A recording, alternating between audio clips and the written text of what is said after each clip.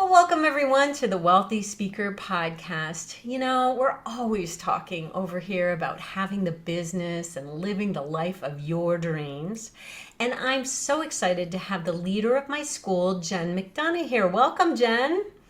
Hey Jane, it's awesome to be with you, hanging out with the cool kids. Hanging out with the cool kids. Well, today we're going to talk about your journey and the things that really paid off and the things that didn't pay off. But before we start, can I just tell you that it's been absolutely amazing to watch you grow and evolve and gain confidence and charge more and all of the things that I have watched you do it has been just so lovely. I think we've decided that we've been together about 6 or 7 years or something.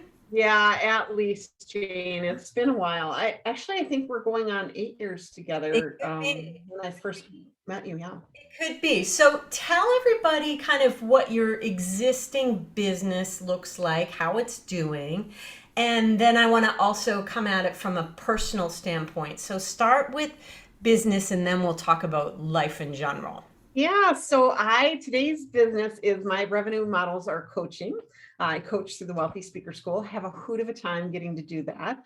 My other revenue streams is I primarily speak and train, and I do that mainly with association conferences around the country. My goal is to speak 20 to 30 times a year. I really don't like to travel no more than twice a month on a plane. Sometimes it ends up to be 5 times a month, and sometimes it ends up to be none. But overall, it's about that 24 trips across the country a year, and that's good for me. That's plenty for you. You're from Minnesota, and tell everybody what you focus on in your talks. You Yeah, have so my overarching theme. Yeah, my lane is resiliency. I speak primarily to high stress service community oriented groups. So things like first responders, credit unions, hospitals, healthcare, all the service oriented groups. Now that doesn't mean I won't speak to the other groups, but my audience is primarily that. Yeah, I love that. And so now something recently happened in your personal life that made me just go, oh my gosh, they're just like literally living the lives of their dreams. You all bought a vacation property. T- Uh, what precipitated that? And could you have imagined this point in time 7 years ago? Oh, absolutely not. So, Jean, I think we just talked about this a couple months ago because Jean has a beautiful retreat cottage that she has. And I think we talked about, hey, would you ever want a vacation home? I'm like, heck no, like we live in Live on paradise. a lake in We Minnesota. I mean, it's yeah, beautiful where you live. it is drop dead gorgeous. It is our vacation home. It is our dream home. However, one of our kids had the audacity to leave for college 3.5, 4 hours away. And we were like, what? And so we're following him. We bought a vacation home up north. It was actually for him to stay at while he was going to college. And we were like, this is so great. We'll have a place to visit. Well, after Bob and I sat down and looked at things, we're like, wait a minute.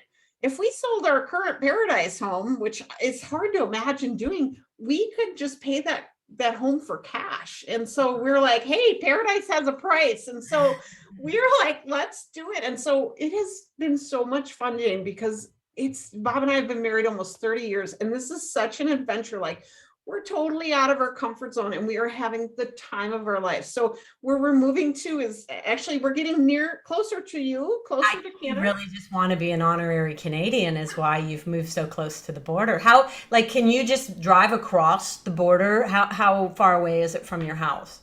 Our lake actually connects, like it actually connects to the Canadian border. It's Oh, up by the boundary waters in Minnesota. hmm. It's Our home is literally 30 minutes from the border. So we're reaching out, Jane. We'll be we'll be crossing over, but A lot of cross-border shopping the other way around, by the way.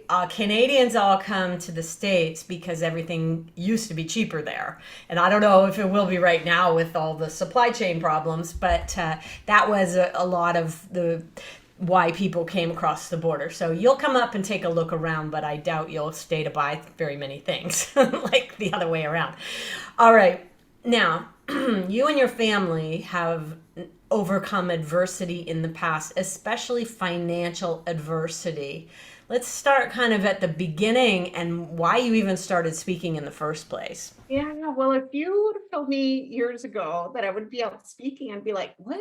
Like, what are you talking about? I couldn't even get up in front of a group of 10 people and introduce myself. Like, that was unheard of. And so the early 2009 or so, long story short, we started our finance journey, and it started with when one of our kids was diagnosed with a lifetime medical condition. And we have 4 kids, and at the time this one was 7. It spun into changing our lives totally. We ended up paying off a ton of debt. We paid off over $212,000 worth of debt and medical expenses in 4 years. And in the process, our goal was just to really share our story. We wanted to make an impact. That led me to connecting with one of my first all-time favorite mentors and coaches, and that was Dan Miller. So we wrote some books through Dan. And then I met a speaker named Kent Julian, who was like, hey, you can become a professional speaker. And I'm like, what? Like, people pay you to talk? That's what I tell my kids now. People pay me to talk, but you should appreciate my lectures. That's right. But Kent, I went through his program, and that's when I met you, Jane. Like, I went through your program, and I was blown away. At the business side of things. But at the time we were paying off debt. So any dollar invested was a huge sacrifice. I remember driving to Dan's event, and I didn't even stop at McDonald's because it wasn't in the budget. And when I started with your program, like, it was a big deal. Like, it was a huge deal, but I knew that investment would pay off because I wanted to learn from someone who had made the mistakes or who've seen people make those mistakes, so that I didn't have to make those. I could, in every dollar going forward, I could invest would be a good rate of return. And so that's how we looked at it. But I was in a soul sucking job at the time. I called it serving my sentence. Whenever we drive by the building, I'm like, ooh, there's where I served my 4-year sentence. But it was a great thing. It helped us pay off debt. It helped me invest in your program. But that was a long, at the time, it felt like every day was a long day. And I remembered being on those coaching calls with you, sitting out in my car with, no heat in the van. It was below zero because I didn't want that fan on, because I wanted to hear every word that was taking place. Turn on the heat in the car because you would miss something. Yeah. You were freezing. That's when I knew you were dedicated, Jen. I'm like, Jen, your teeth are chattering. Why don't you turn on the heat? Oh, I might miss something. That shows a level of dedication. So you had set an exit date for the job. But because you progressed so quickly in your business and in your career, you were actually able to leave that job early, weren't you? Yeah, that was very quick note about that. My husband and I are completely different personality styles. My husband's steady Eddie. He actually still is at the place that I call the serving sentence place. He's been there for 35 years. Oh, wow. I didn't realize he's still, I didn't know that. He's still there. We're looking to retire him pretty soon, but him and I used to ride share. So I was working 40 hours at the time when I was working with you and building this business on the side. 40 hours a week in my soul sucking job. We had a 2-hour commute, and we were raising 4 kids at the time. And Jane, I don't know if I ever told you this, but Bob and I used to ride share together, and Bob really liked his job. Like, it was a type of job that it had the golden handcuffs. I mean, benefits up the wazoo. And so my family thought I was nuts for leaving, like absolutely nuts. They're like, what do you want to do for a living? I think it's a mindset, isn't it, Jen? Yeah, totally. And every day I would go home with my husband, who was satisfied with his job. And every day I'd say to him, I don't get it. And he's like, what do you mean you don't get it? And I'm like, I don't get it. I don't get I don't see any impact that I'm making on this world. And So it made me appreciate what I do today, because I think of those days of sitting in the van and teeth Mhm. chattering, and it's really gives me excitement to see emerging speakers coming out today in that same thing where they're striving for that dream, and it's like, just, do the work, take those baby steps, and man, it's pretty amazing once you get to that point, which I feel like I'm at this season. I feel like we kind of have it all in life and all in business. It really is the dream business. So it's interesting to note that two entrepreneurs that's my family. And so we have zero benefits. We have no golden handcuffs. We have nothing. And so we pay our own health care if we have any. Of course, we live in Canada, so we have that going for us. But really, um, it's interesting when you can have one corporate partner and one entrepreneur partner. It gives you the benefits and all of the wonderful things that come with having a nice corporate job, but the entrepreneur will be the job that can take you anywhere financially. So you have the dream to retire your husband. I have the dream to retire my husband. That's coming up in the future.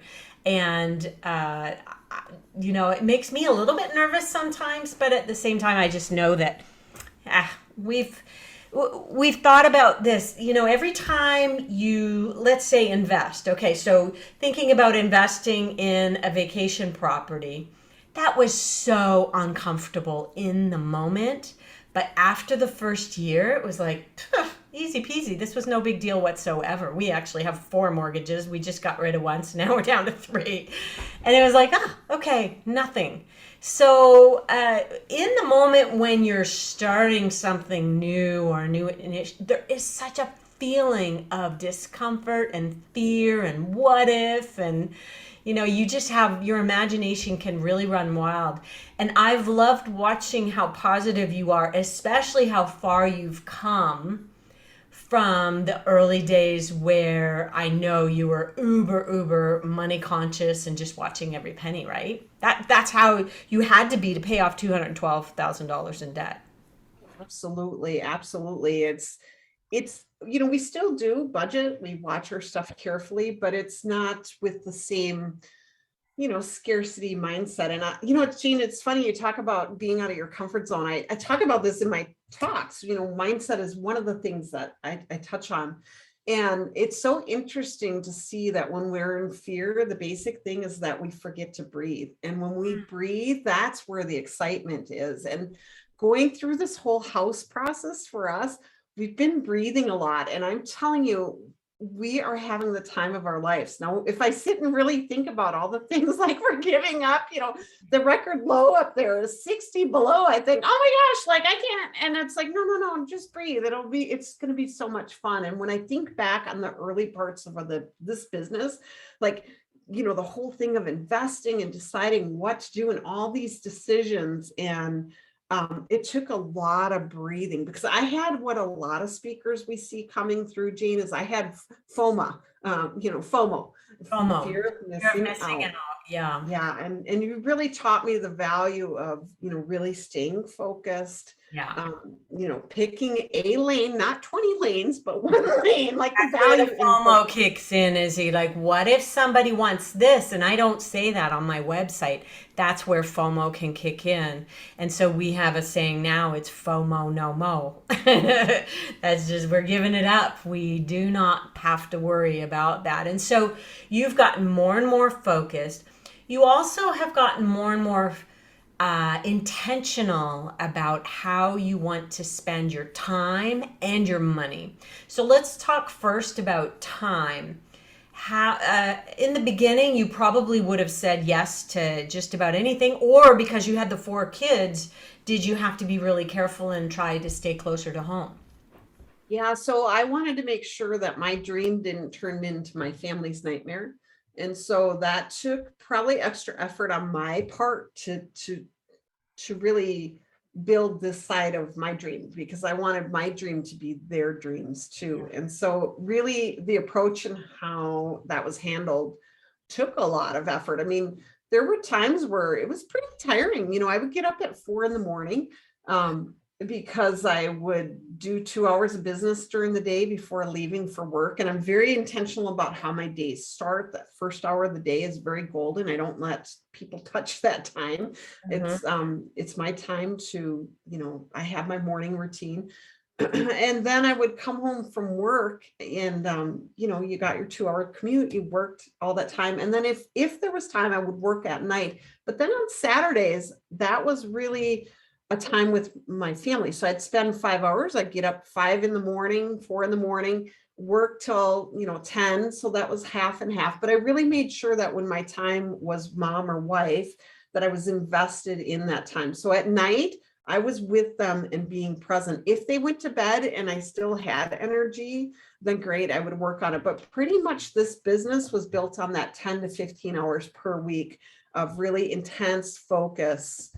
And that's what led to being able to leave my job. But I'll have to say, Jane, when the day actually came for us to set the date for me to leave, my husband nearly had a panic attack. Like, there is a difference between talking about it and actually doing Yeah. it. And I'll never forget, maybe like 3-4 days after I had left that soul sucking job, my husband looked at me and said, I have not seen you smile and laugh like this for years. We should have done this a long time ago. And to see his fear start to dissipate as the proof was in the pudding. Money was starting to come in. I had replaced about 50% of my income at that point. And that was my proof to him that we're not going to be living, in a van down by the river. That this was really going to be a part of our family budget. I think this is probably really informative to people who have a partner in this with them. Replacing 50% of your income is a great goal. And if you can make that work financially, I think that is just wonderful. Now, also, a part of the early years are investing in the marketing materials and maybe at the beginning you might not have needed a video right away, but eventually a video. Talk about spending money today versus how you might have spent money back then, or did you ever do your own website, for instance? What kind of things have you learned to do now? Gosh, Gene, when I think back, I think, wow, some of the websites I went through were pretty bad. I can also think All of, been there. We've all oh been. yeah, yeah.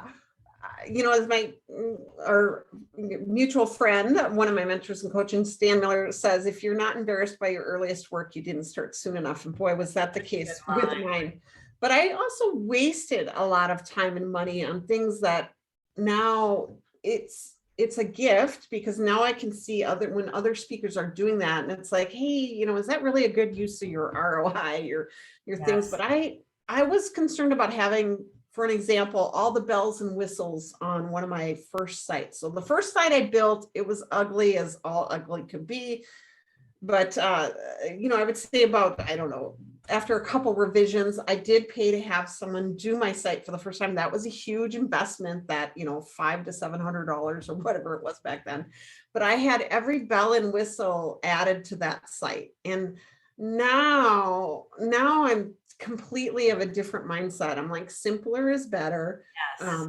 I went to actually a very stripped down. So I went from, ugly, very ugly, to every bell and whistle. Then I stripped everything off. Yeah. And then now I kind of gradually have built it back on. Now I have the perfect website for me, but that will always evolve. And that's something that I thought was much different. I thought you built a website and you never touch it again. You're done. And now looking back, it's like our talks. We're continuing to evolve our marketing materials, continuing to evolve our talks and stuff. So You're making me think, it's been a while since I've done anything with my website. Maybe I need to revisit that. I think probably every 24 months. But here's what you can kind of take away from this part of our conversation is that Jen's website works for her customer base. She's booking the business.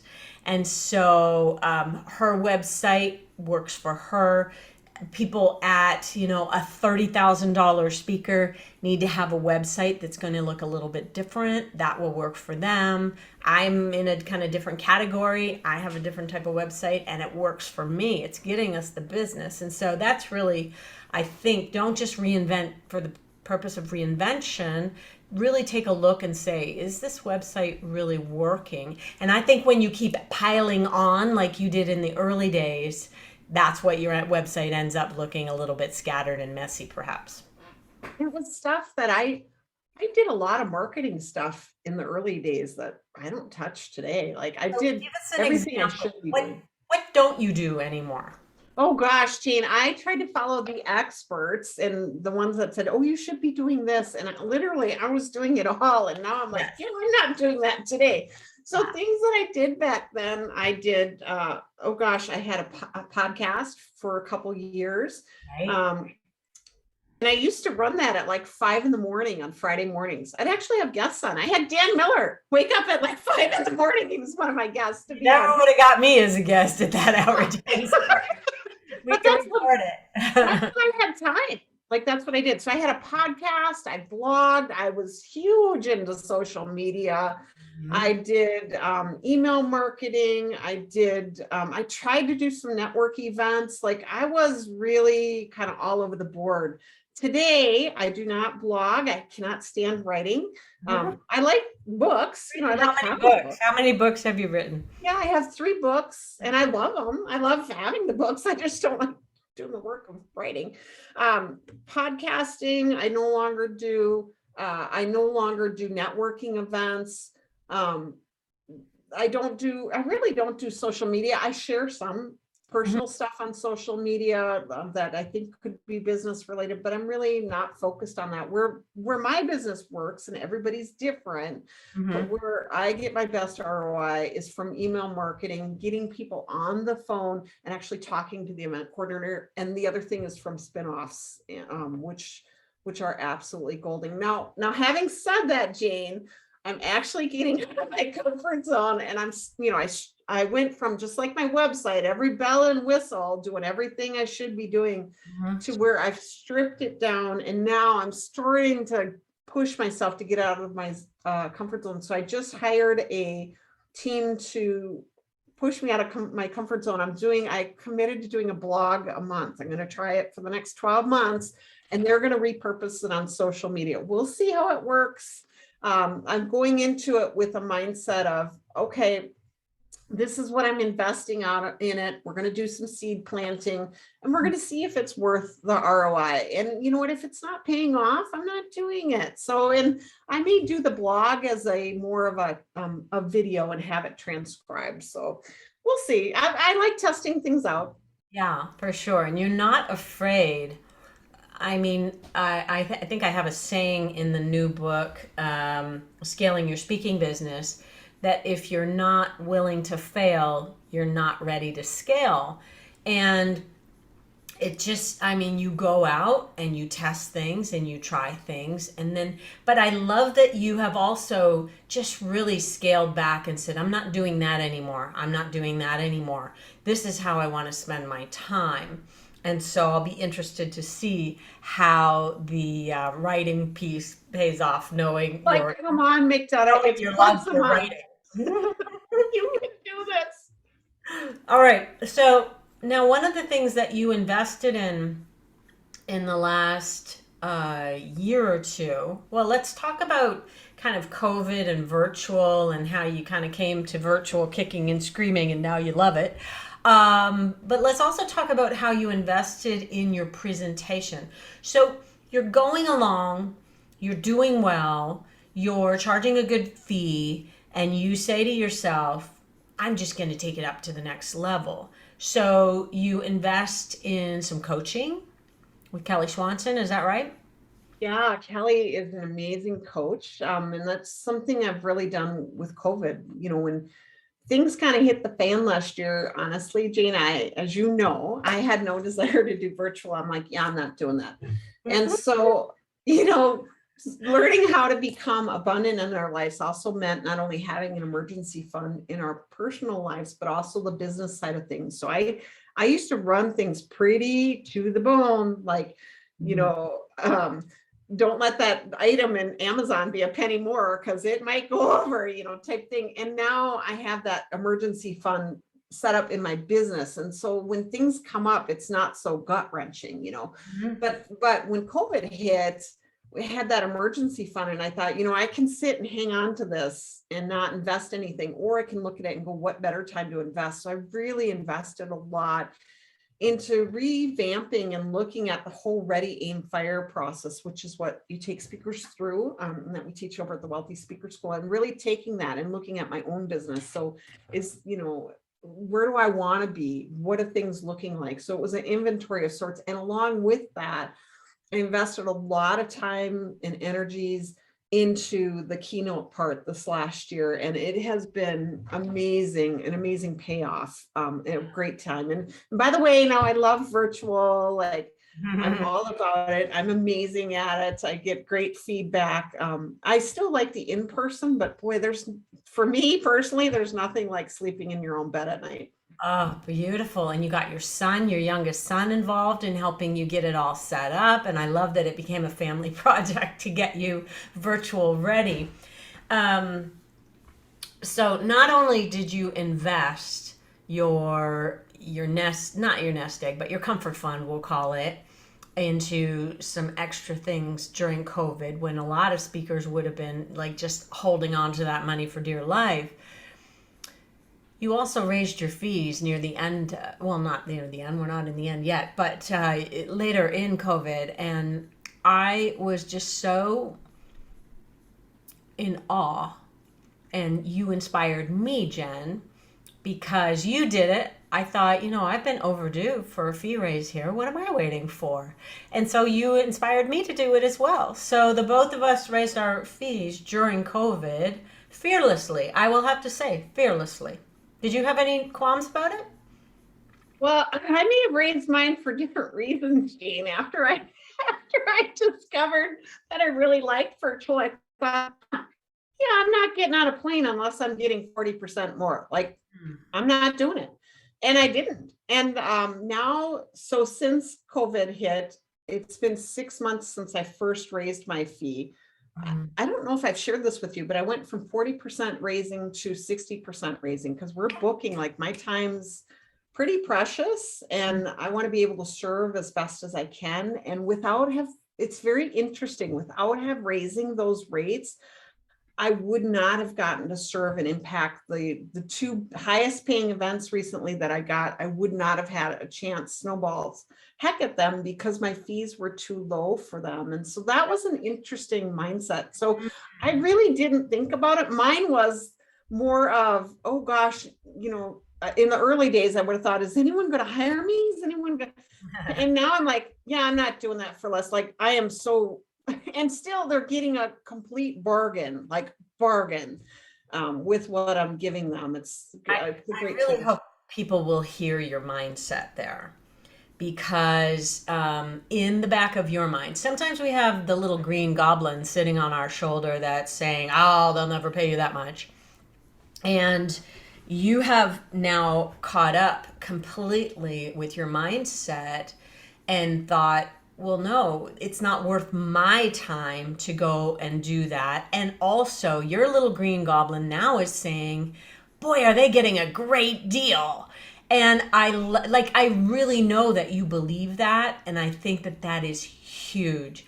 When you go into a negotiation, not willing to let the piece of business go, you're at a complete disadvantage. And so we're walking into every negotiation thinking, I'll take it or I'll leave it. It's okay. And I think that has totally shifted everything. The other thing I want to mention is that when you raised your fees, you came into a new kind of region of client perception. If your fees were too low, you would not have gotten those pieces of business because they would not have perceived that you were as good as you are. So for those of you listening in who have been reluctant to raise your fees because, what if, really be thinking about which ballpark do you want to be playing in. and whether or not your current fees are serving you. And I know that, talk a little bit about, Jen, when you raise your fees, you are going to lose probably 10% of the business at the bottom of the spectrum. All those little small fee things that you used to do, you gave them up many years ago, but as you transitioned, it stopped getting as painful. You kind of exercised your no muscle and you got really good at saying no. Yeah, absolutely. You did an interview years ago, Jane, with Willie Jolly, and that interview still impacts me today because yeah, there was something he said on there that was so interesting. He said, as when he started out in the business, and you start out at a fee and then you start raising your fee. And I think at one point or another, I don't care who you are, we've all had that, like, that, are they going to pay me that? We're holding our breath, right? Moments. But he said that, as he went up in the fee schedule, he had to let go and say goodbye to some old business. And that's hard because sometimes you think, oh, I so want to serve, but you know what? It opens up beautifully for other people to come in. Like, there is so much pie in this business, you guys. And it's a beautiful thing when you can take the hand of another speaker in helping lead them up. So I think it's really good to have those people around you, that people leading you up, and people that you're along the journey with, and then also people that you're helping lead. So when I start to move out of those things where, they've hit their ceiling for budgets, I'll bring speakers in that are in my world. And I'm like, hey, this is going to, I'll go back to those and say, this would be a great recommendation. So, but I also invest in, Jean, even during COVID, you and I did quite a bit of one-on-one coaching during that time. And I will say that it was very helpful to have you and Kelly as my coaches during that time in seeing things from the outside. And so that helped my mindset. It's easy for me to say, oh yeah, it was whatever. And it's true, but it took a process to get there. And it took having outside people, along with my speakers bureau saying, hey, you're like, this is too low. And so having those outside people step in and go, here's what you need to do to get to this level. And you're at that level, like, put your, put it out there. And so that really helped, having that network of people around me that helped me grow strong in the areas that I needed to grow strong in. And being confident in my fees was one of those areas that I needed a lot of mindset work from my early days compared to now. And now you're exactly right. I am fine with letting the business go. I'm like, hey, not a problem. If I'm not a good fit, no worries. I can recommend someone who is. Yes, for sure. And this bodes well for having a strong community around you. We have a lot of clients who come into the Wealthy Speakers School and they've been kind of out on an island trying to do this business by themselves. And we bring them into the mainland, introduce them to other people, and our people have done business with each other. And I love seeing people, one of our clients, Trent, booked one of our other clients, Frank, and it's just beautiful to see that kind of sharing happening. When you raise your fees, have somebody in mind who's at a lower fee that you can start to feed business to. Whether you take a referral fee of 10% or not is up to you, but some people will just do it for karma. What goes around comes around, because somebody up above you may start shooting you business, which is just a lovely, lovely thing. Talk a little bit about video. Where are you on your demo? Do you feel like you've got a strong demo? I think the last time I looked at it was quite some time ago. Is it working for you at the fee level that you're at right now? You kind of probably need a pretty good video.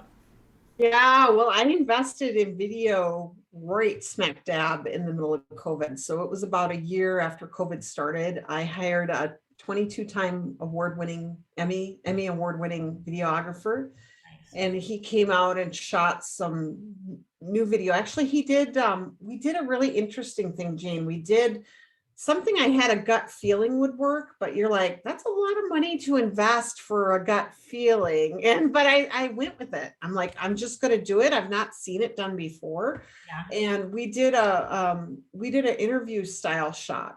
And that video has actually ended up to be my keynote story, my signature story. And I knew that the story could be told better. And instead of me just telling it on stage, now I show a video, and it is, Kelly Swanson said it was one of the best stories she's ever heard. And hearing her say that, I was like, oh my gosh, I have so much confidence. And so I use that video in my talks now whenever possible. And that video, I have a video, not only the story, but we did one for event coordinators. So that's on a hidden page that I would send them. But my video, gosh, I think videos need to be done every 2 to 3 years, kind of those signatures. And I'm probably coming up on, in the next year and a half, I'll probably have mine redone. But you know what? It's getting me booked.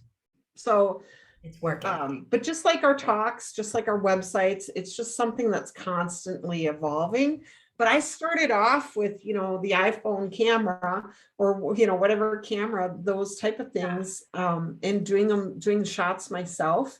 Now, what I do typically is, I'm probably a little bit more relaxed about this than maybe I should be, but I will actually wait until I have a venue that I like. That's how I do my shots. Yes. Is I'll wait till I have a venue I like. And if I'm speaking at an event where they've hired in a tech crew, oftentimes those tech crews will have video camera folks. And so I'll just go to the company itself and say, hey, you guys are going to be there anyways. Could you come in and, bring in an extra guy, and what would you charge for this? And it's usually, a couple $100, $1,000 or something to have them do it. And then I will have my Emmy award-winning guy do the edits, or if there's something that I can easily take out of there. So Can we put a plug in for him on the show notes page, your Emmy award-winning guy? I don't think you would want him. I get the Friends discount, but he works with, you're welcome to, but he works with Fortune 100 companies and Fortune 500 companies. He's phenomenal. But I think there's some other things, like my video would have been probably 8,000 to 10,000 to have him come out and shoot it.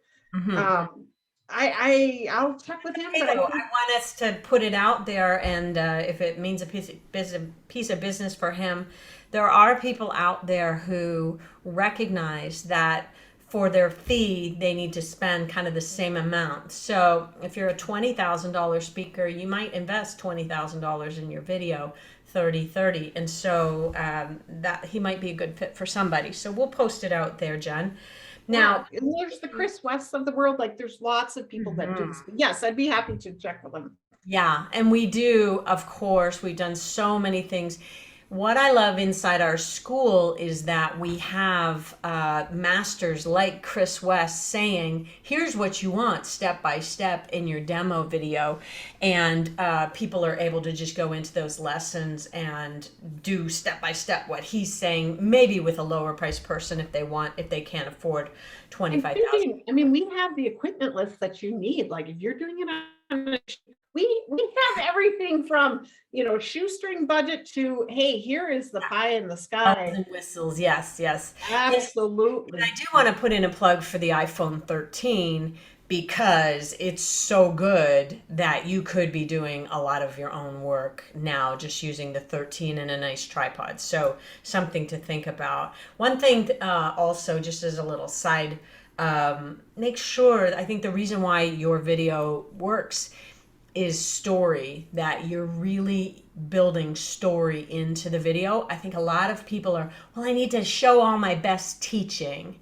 But think about how you can integrate some story in there, because that's what people will glom onto. That's what they're going to remember. Jen, you have given us a lot of really wonderful things, and I'm hoping you will be inspiring people who are not yet living the life of their dreams and building the business of their dreams. I'm hoping that you will inspire them to get there. If people want to connect with you, how should they do it? Oh, yeah. You can reach out to me at jen@speakerlauncher.com. Otherwise, if you want to take a peek at my website, I'm at theironjen.com. And certainly, if you know any community service provider groups, I would love referrals. That's I what I love do. it. Rule number one of business, ask for the business. If you, Jen does first responders like 911 operators, firefighters, police officers, the whole works, all the way through to the community people, which are like credit union leagues and things like that. So if you have enjoyed our podcast today, hey, let us know. Reach out. Give us a shout out. You can write to me, jane@speakerlauncher.com. I'd love to hear your feedback. Let us know what's been impactful, and we will keep doing it for you. If you're interested to know more about the Wealthy Speakers School, we would love to book a call with you. You'll be on either with myself or Jen. So if you go to speakerlauncher.com/book call, you will be able to book that with one of us. Thanks again, Jen. I really appreciate your time today. Thank you. With that, we will say, see you soon, Wealthy Speakers. Bye for now, everyone.